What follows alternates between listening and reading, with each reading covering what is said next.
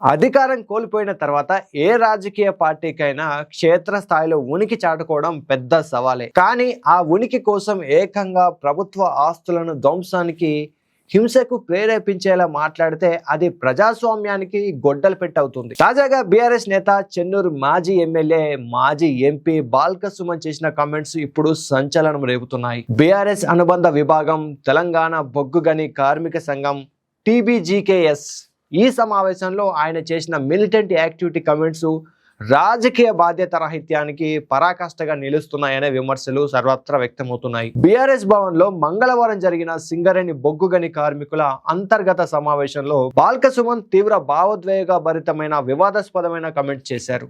BRS ఆధ్వర్యంలో జాతీయ రహదారి దిగ్బంధం, ధర్నాలకు పిలుపునిస్తే రైతులు రావడం లేదని, 4-5 రైతులు వస్తే అందులో బీఆర్ఎస్ నేతలు, కార్యకర్తలే ఎక్కువగా ఉంటున్నారని, 100 మంది వరకు కార్యకర్తలే వస్తున్నారని బాల్క సుమన్ కమెంట్ చేశారు. అంతేకాదు, సోషల్ మీడియాలో ప్రచారం చేసుడు కాదు, ప్రెస్ మీట్లు పెట్టుడు కాదు, మందమర్రి ఏరియాలో మీటింగ్ పెట్టండి, GM ఆఫీస్ కాలబెడదాం, పోతే పోయేద్దాం, 3 నెలలు జైలుకు. కాబట్టి మిలిటెంట్ యాక్టివిటీ కూడా మీరు సీరియస్ గా ప్లాన్ చేయాలి. అవసరమైతే ఒకరోజు ఇక్కడి సింగరేణి భవన్కి రండి, కాలబెట్టండి, అంగడి చేసి పారేయండి. నేను చెప్పేది సీరియస్ గా తీసుకోవాలి. మన నాయకత్వం మీద, సంఘం మీద ప్రతి ఒక్కరికి ఫీలింగ్ రావాలి, ఓనర్షిప్ రావాలి. కావున మిలిటెంట్ యాక్టివిటీ ప్లాన్ చేయండి, ఇలా మాట్లాడుతూ వచ్చాడు. అంతేకాదు, మన ఏరియాలో చాలా రైల్వే స్టేషన్లు ఉన్నాయి, ఓ రోజు రైల్ రోకో ప్రోగ్రామ్ అని పెట్టి పట్టాలు కోసి పారేయండి అని పిలుపునిచ్చారు. అయితే ఇక ఇవన్నీ చేయాలంటే పైసలు కావాలని ఓ కార్మికుడు చెప్పగా, పైసలా, నువ్వు కాలబెట్టు, పైసలు తండోపతండాలుగా వస్తాయి, ఒక్కటి కాలబెట్టు, పైసలు ఎవడియాడో చూద్దామన్నారు. సప్పసప్పగా ఆందోళనలు చేస్తే కార్మికులు నమ్మరని, కేసులు పెడితే భయపడకుండా జైలుకి వెళ్తే గోల్డ్ మెడల్ వచ్చినట్లు ఫీల్ అవ్వాలని పిలుపునిచ్చారు. 45 రోజులు జైలుకు పోయి వస్తేనే కార్మికుల్లో నాయకత్వంపై నమ్మకం, ఓనర్షిప్ పెరుగుతుందని బాల్క సుమన్ అయితే కమెంట్ చేశారు. ఈ బాల్క సుమన్ చేసిన ఈ కమెంట్స్, ఈ ఉపన్యాసం అయితే బీఆర్ఎస్ యూట్యూబ్ ఛానల్లో లైవ్ అయితే ఇచ్చింది. అయితే వివాదాస్పద వ్యాఖ్యలను గ్రహించిన సోషల్ మీడియా టీం ఆ కంటెంట్ ని వెంటనే లైవ్ ఫీడ్ నుంచి తొలగించింది. కానీ అప్పటికే సుమన్ వ్యాఖ్యలు సోషల్ మీడియాలో వైరల్ అయ్యాయి. 1 నిమిషం నిడివితో ఉన్న వీడియో క్లిప్ ప్రస్తుతం చక్కర్లు కొడుతుంది. బాల్క సుమన్ ఈ స్పీచ్ లో పార్టీ క్యాడర్ లో ఉన్న అసంతృప్తి, క్షేత్రస్థాయిలో ప్రజల నుంచి వస్తున్న స్పందన కరువైందనే ఆవేదన స్పష్టంగా కనిపించింది. కాంగ్రెస్ ప్రభుత్వం 3 ఏళ్ల పాలనలోకి అడుగుపెట్టినా తాము పిలుపునిస్తున్న ప్రజలు రోడ్ల మీదకి రావడం లేదని ఆయనే స్వయంగా అంగీకరించారు.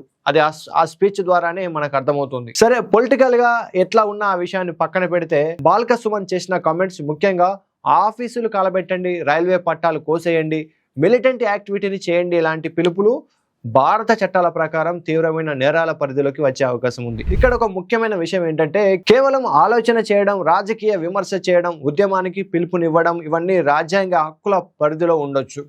కానీ హింస, ధ్వంసం, ప్రభుత్వ ఆస్తుల దహనం, రైల్వేలకు నష్టం చేయమని బహిరంగంగా ప్రేరేపించడం మాత్రం ఫ్రీడమ్ ఆఫ్ స్పీచ్ కిందికి రాదు. సో బాల్క సుమన్ మాట్లాడిన వాటిని ఈ చట్టపరంగా ఏ సెక్షన్లు వర్తించే అవకాశం ఉందో ఒకసారి చూద్దాం. హింసకు ప్రేరేపించడం, భారతీయ న్యాయ సంహిత BNS ప్రకారం ప్రజలను నేరానికి ప్రేరేపించడం, హింసాత్మక చర్యలకు పిలుపునివ్వడం, పబ్లిక్ ఆర్డర్ కు ముప్పు కలిగించడం వంటి అంశాలపై కేసులు నమోదు చేసే అవకాశం ఉంది. ఇక రెండవది, ప్రభుత్వ పబ్లిక్ ఆస్తుల ధ్వంసానికి ప్రేరేపించడం, కాలబెట్టండి, అంగడి చేసి పారేయండి వంటి కమెంట్స్, అంటే public property damage laws, mischief by fire, criminal intimidation వంటి కేసులకు దారితీసే అవకాశం ఉంది. ఇక మూడవది, రైల్వే పట్టాలు కోయాలని పిలుపు. ఇది చాలా తీవ్రమైన అంశం. ఇండియన్ రైల్వేస్ కు సంబంధించి ట్రాక్లను ధ్వంసం చేయడం, railway act, public safety laws కొన్ని సందర్భాల్లో యాంటీ టెర్రర్ లేదా సబోటాజ్ కోణంలో కూడా విచారణకు దారితీస్తుంది. ఎందుకంటే రైల్వే ట్రాక్ ధ్వంసం వల్ల ప్రాణ నష్టం జరిగే ప్రమాదం ఉంటుంది. మరి బాల్క సుమన్ అరెస్ట్ చేయవచ్చా అంటే, అవును, పోలీసులు అతన్ని అరెస్ట్ చేసే అవకాశం ఉంటుందని ఈ ఇండియన్ లాస్ అయితే చెబుతున్నాయి. అయితే ఈ కేసుని సుమోటోగా లేదా ఎవరైనా ఫిర్యాదు చేయడం ఆధారంగా FIR నమోదు చేసి విచారణ ప్రారంభించవచ్చు. వీడియో ఎవిడెన్స్, ప్రసంగం పూర్తి కాంటెక్స్ట్ అండ్ ఇంటెంట్, అయితే ప్రసంగం తర్వాత జరిగిన సంఘటనలు ఇవన్నీ పోలీసులు పరిశీలిస్తారు. కోర్టులు సాధారణంగా 2 విషయాలను చూస్తాయి. అది కేవలం రాజకీయ హైపర్ బలినా లేక నిజంగా హింసకు డైరెక్ట్ ప్రొవకేషనా అని చూస్తుంది. ఇక ఇందులో ఈ 2వ అంశం బలంగా కనిపిస్తే అరెస్ట్ చేసే అవకాశం ఉంటుంది. ఇంతకు ముందు కూడా ఇలా మాట్లాడిన వారిపై కేసులు నమోదయ్యాయి. భారత రాజకీయాల్లో ఇలాంటి ఉదాహరణలు చాలానే ఉన్నాయి.